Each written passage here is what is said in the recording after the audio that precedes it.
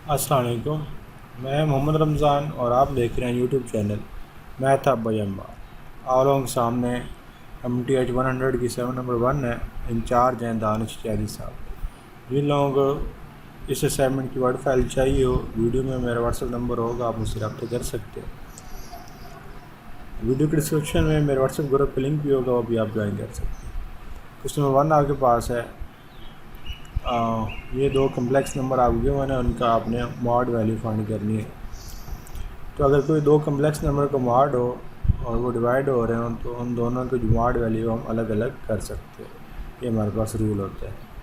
Then ये दो complex number हैं, तो ये इनका मॉड भी अलग अलग हो सकता है। तो ऊपर वाले का मॉड हमने अलग कर लिया, नीचे वाले का मॉड हमने अलग कर लिया। और मॉड का फार्मूला क्या होता है कि रियल पार्ट का स्क्वायर प्लस इमेजिनरी पार्ट का स्क्वायर एंड स्क्वायर रूट। ऊपर भी हमने ये फार्मूला लगाया, नीचे भी रियल पार्ट का स्क्वायर प्लस इमेजिनरी पार्ट का स्क्वायर एंड स्क्वायर रूट। 4 का स्क्वायर 16 आ गया, 7 का 49, 2 का 4 एंड 3 का 9। इनको ऐड करके इनको सिम्प्लीफाई किया, ये आपके पास 5 स्क्वायर रूट आंसर आ गया। क्वेश्चन नंबर 2 आपके पास है। Remind whether the function is even or odd, find its domain and range. Even या ऑड चेक करने के लिए हम एक्स को -x के साथ रिप्लेस करते हैं। अगर आपको सेम फंक्शन वापस मिल जाए तो वो इवन होता है, और अगर उस फंक्शन का नेगेटिव फंक्शन मिले तो फिर ऑड होता है। तो एक्स को हमने -x से रिप्लेस किया, तो -x से रिप्लेस किया है, तो उसके बावजूद भी हमारे फंक्शन पर कोई इफेक्ट नहीं हुआ, वो f(x) हमें मिल गया, तो इट्स मीन ये फंक्शन इवन है। अब हमने इसकी डोमेन एंड रेंज फाइंड करनी है। और डोमेन जो है, expression side the square root is always positive. क्यों पॉजिटिव होगा? So x square plus 4 greater than equal to 0, क्योंकि अगर नेगेटिव हुआ तो अंदर स्क्वायर रूट के अंदर नेगेटिव हो तो फिर कम्प्लेक्स नंबर में हम चले जाएंगे। तो यहाँ पर क्योंकि एक्स का स्क्वायर है, आप चाहे एक्स की वैल्यू माइनस रखें या प्लस रखें, आंसर हमेशा पॉजिटिव ही रहना है, इसलिए डोमेन के अंदर हम तमाम एलिमेंट पुट कर सकते हैं। इसलिए ये -20 से +20 आया। रेंज में क्या है? रेंज में for X equal to 0, then X जब 0 होगा तो आपका आंसर क्या आएगा? 2 आएगा।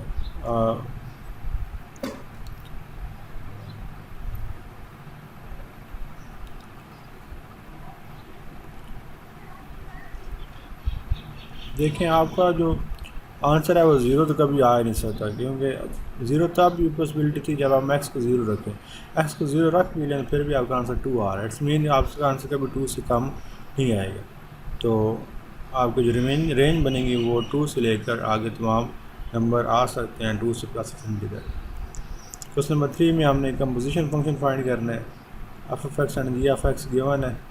f(g(x) इक्वल टू होता है f(g(x), g(x) की वैल्यू पुट की। आप जहाँ पर f के अंदर जहाँ पर x है वहाँ पर ये वाली वैल्यू पुट कर देंगे, ये x जगह पर ये वाली वैल्यू आ जाएगी, +1 एज इट इज़, और ये नीचे x जगह पर ये वाली वैल्यू आ जाएगी, -2 एज इट इज़ आ गई। ये मज़ीद सिम्प्लीफाई नहीं हो सकती, ये आपका आंसर है। क्वेश्चन नंबर 4 के अंदर दो मैट्रिक्स दिए हैं, उनको हम मल्टीप्लाई कर रहे हैं। तो प्रोडक्ट रूल क्या होता है? First row first column and first row and second column. तो ये हमने ये रूल लगाया है। फिर second row first column and second row second column, इनको मल्टीप्लाई करके सिम्प्लिफिकेशन किया तो ये आपके पास 14, 6, 18 एंड 8 आपका आंसर आ गया।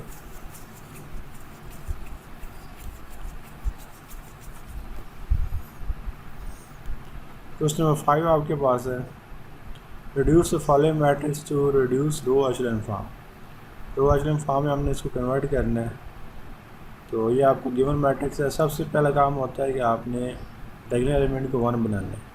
तो इसलिए हमने क्या किया, रो 1 में से रो 2 को माइनस कर दिया, तो ये आपके पास आंसर आ गया। नेक्स्ट हमने क्या किया कि रो 1 को 2 से मल्टीप्लाई करके रो 2 में से माइनस कर दिया, तो आपके पास ये मैट्रिक्स बन जाएगा। देन हमने क्या किया कि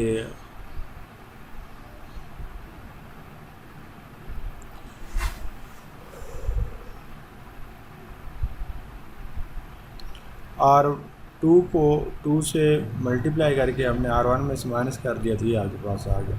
और फिर हमने 2 से डिवाइड करवाया रो 2 को, तो आपके पास ये 1001 आंसर आ गया। ये आपके पास रो रिड्यूस रो एचलन फॉर्म आ गई। तो ये थी असाइनमेंट आपकी MTH 100 और इंचार्ज थे इसके दानिश ज़्यादी साहब। ये वीडियो अच्छी लगी हो तो वीडियो को लाइक एंड चैनल को सब्सक्राइब करें। अपना बहुत सा ख्याल रखिएगा। Thank you. अल्लाह हाफ़िज़।